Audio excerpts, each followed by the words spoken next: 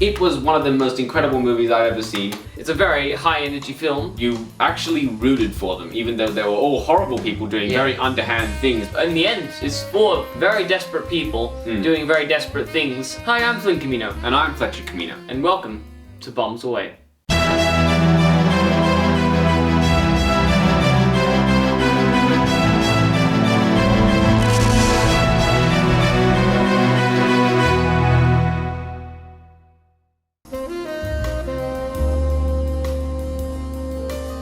The movie we'll be reviewing today is called Glengarry Glen Ross. It was directed by James Foley and it was written by David Mamet, based on his own Pulitzer Prize winning play. It stars Al Pacino, Jack Lemmon, Alec Baldwin, Alan Arkin, and Ed Harris. And many more. And many more. It's a massive all-star cast. We didn't even know this movie existed until recently. Like, not at all. We had never heard of it, which is such a surprise because it was one of the most incredible movies I've ever seen. So we're going to start off with some positives, what we liked about the movie, and then try to find some negatives in the second half of the video. So, without any further ado, let's jump into some positives. So probably the main positive is the all-star cast. Yeah, they're all amazing. Everyone's really good.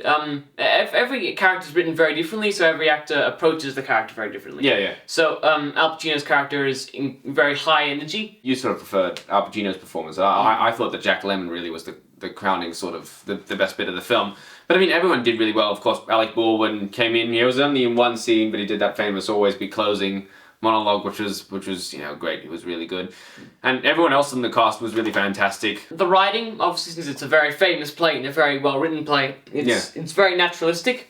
It flows off very easily. Yeah, and this is another thing that I'll say about it. I mean, I think the best thing that compliment that you can give an actor is like saying that their character just felt like a real person, and every single character in this film felt like an actual person. Like they weren't written in a sort of an operatic, sort of over the top way that you often get with plays. It was very, very naturalistic, and you felt like they were real people. And moreover, you actually rooted for them, even though they were all horrible people doing very underhand things, but only because they were desperate. And so you really rooted for them. It was really, really excellent in that way. In the end, it's for more than for very desperate people doing very desperate things. It's a very high energy film in general. It's very high energy. It's got a blinding pace. Do you feel stressed now? Jen!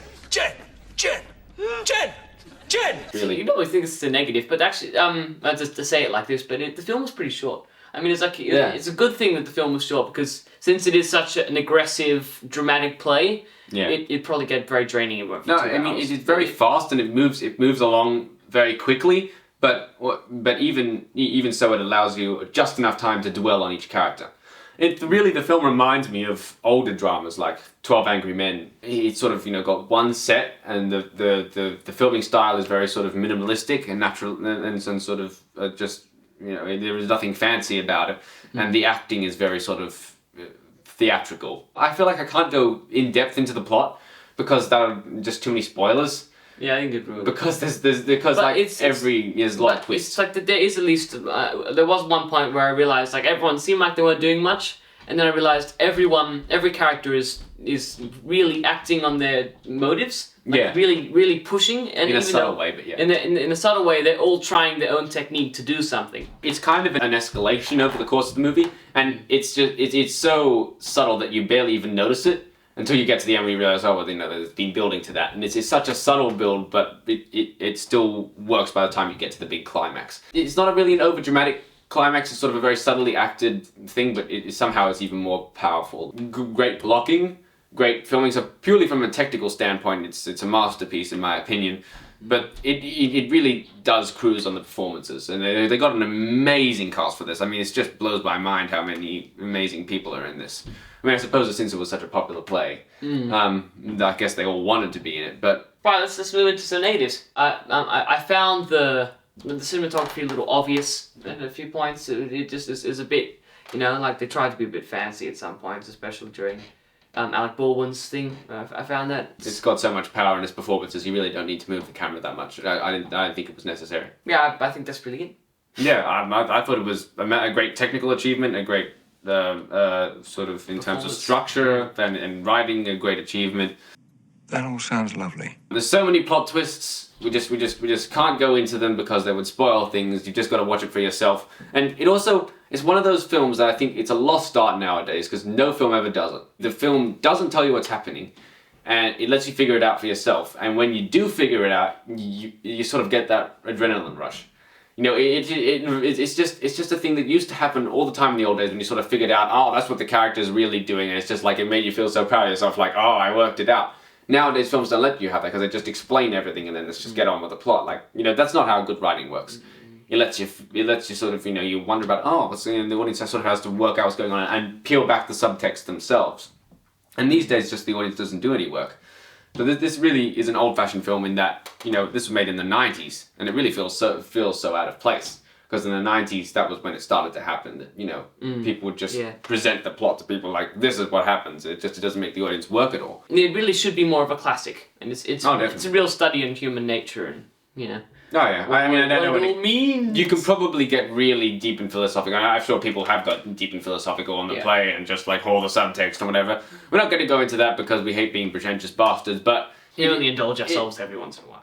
Yeah, not very often. But I mean, honestly, this film is just absolutely phenomenal. I can't recommend it enough. Honestly, you know, you really just have to get the DVD. It's actually on Stan. Can't recommend Stan enough. They're an amazing streaming service. They've got some real classics, yeah. And you know, they've got all the Bond films, if you're into that sort of thing. Like I watched them all on Stan, all 25 of them. Yes, well. So go watch it on Stan, or we'll get the DVD or whatever. Blu-ray, but just rent it on VHS if you're one of those, and you know, you can even just steal it from someone if you're really that sort of person. Yeah, don't be that person. Stealing is bad. But honestly, just find a way to watch it. Coffee is for closers. So close the deal. Like, subscribe, and hit the bell button. Ding. So you can get notifications when brand new videos come in, which happens all the time here at Bums Away. And leave some comments down below, other films, other dramas. What are some Let us know some other Jack Lemmon movies, because I really loved him in this.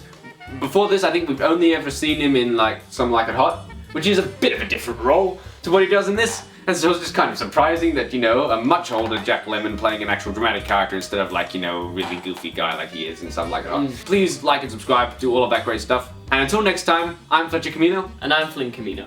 And thank you for watching Bombs Away.